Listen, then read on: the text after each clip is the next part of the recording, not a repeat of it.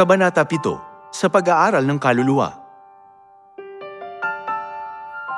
Sa pag-aaral ng Biblia, may mahalagang punto na dapat nating pagtuunan ng natatanging pansin. Kung pag-aaralan lang natin ang lumang tipan, ito ay mukhang sumasalungat sa bagong tipan, at kung pag-aaralan lang natin ang bagong tipan, ito ay mukhang sumasalungat sa lumang tipan. Kaya kapag pinag-aaralan ng Biblia, dapat muna nating maunawaan ang layunin ng luma at bagong tipan at isa-isip ang kaibahan sa pagitan ng mga turo ng lumang tipan at bagong tipan. Karaniwang binibigyang pakahulugan ng mga biblicist ang mga salita ng lumang tipan at ng bagong tipan sa parehong paraan. Siyempre, may ilang bersikulo na may parehong kahulugan, subalit sa katotohanan ay may malaking kaibahan sa pagitan ng dalawang tipan. Sila ay magkaiba gaya ng langit at lupa, ng araw at ng buwan, katunayan at anino, katotohanan at kopya. Kapag naunawaan natin ito, mahahanap natin ang malalim na katotohanan ng bagong tipan na siyang katotohanan sa pamamagitan ng lumang tipan na siyang anino na walang pagsasalungat sa pagitan ng dalawa. Kaya isinulat ni Apostol Pablo.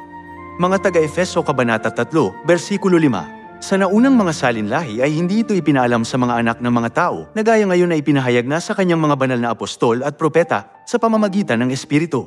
At sinabi ni Apostol Pedro, Ikalawang Pedro Kabanata 3, versikulo 16.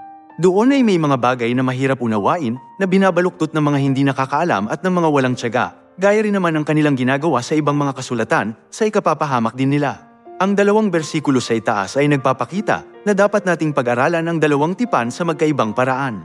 Ang lumang tipan ay anino ng mga bagay na darating sa panahon ng bagong tipan, at ang bagong tipan ay ang katotohanan na direktang nagtuturo sa malalim na katotohanan na ibinunyag sa mga apostol at mga propeta sa pamamagitan ng Espiritu Santo. Tunay nga, ang lumang tipan ay isang anino at nagsisilbing salamin na nagpapakita sa katotohanan ng mga bagay na darating sa panahon ng bagong tipan. Ang lumang tipan ay katuruan para sa pisikal na kaligayahan at pagpapala ng mga makalupa, gaya ng nasusulat.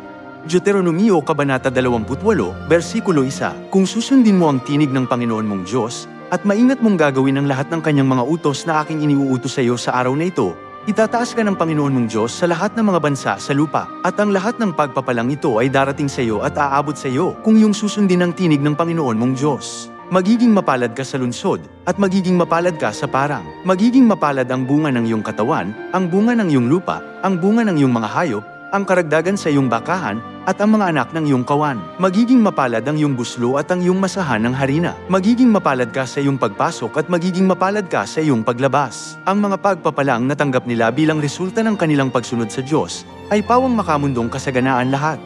Ngunit sa panahon ng bagong tipan, sinabi ni Jesus, Marcos Kabanata 10, versikulo 23, napakahirap para sa mga may kayamanan na pumasok sa kaharian ng Diyos. Mas madali pa para sa isang kamelyo ang dumaan sa butas ng isang karayom kaysa isang mayaman ang pumasok sa kaharian ng Diyos. Sa lumang tipan, isang pagpapala ang mabuhay ng mahaba. Ngunit sa bagong tipan, ang mamatay araw-araw para kay Kristo ay isang pagpapala. Kaya kapag pinag-aralan ng kaluluwa, dapat nating maunawaan na may kaibahan sa pagitan ng lumang tipan at ng bagong tipan. Sa ibang salita, ang lumang tipan ay gaya ng madilim na liwanag ng buwan na nagpapaaninag sa liwanag ng araw, ang bagong tipan na darating sa nalalapit na panahon.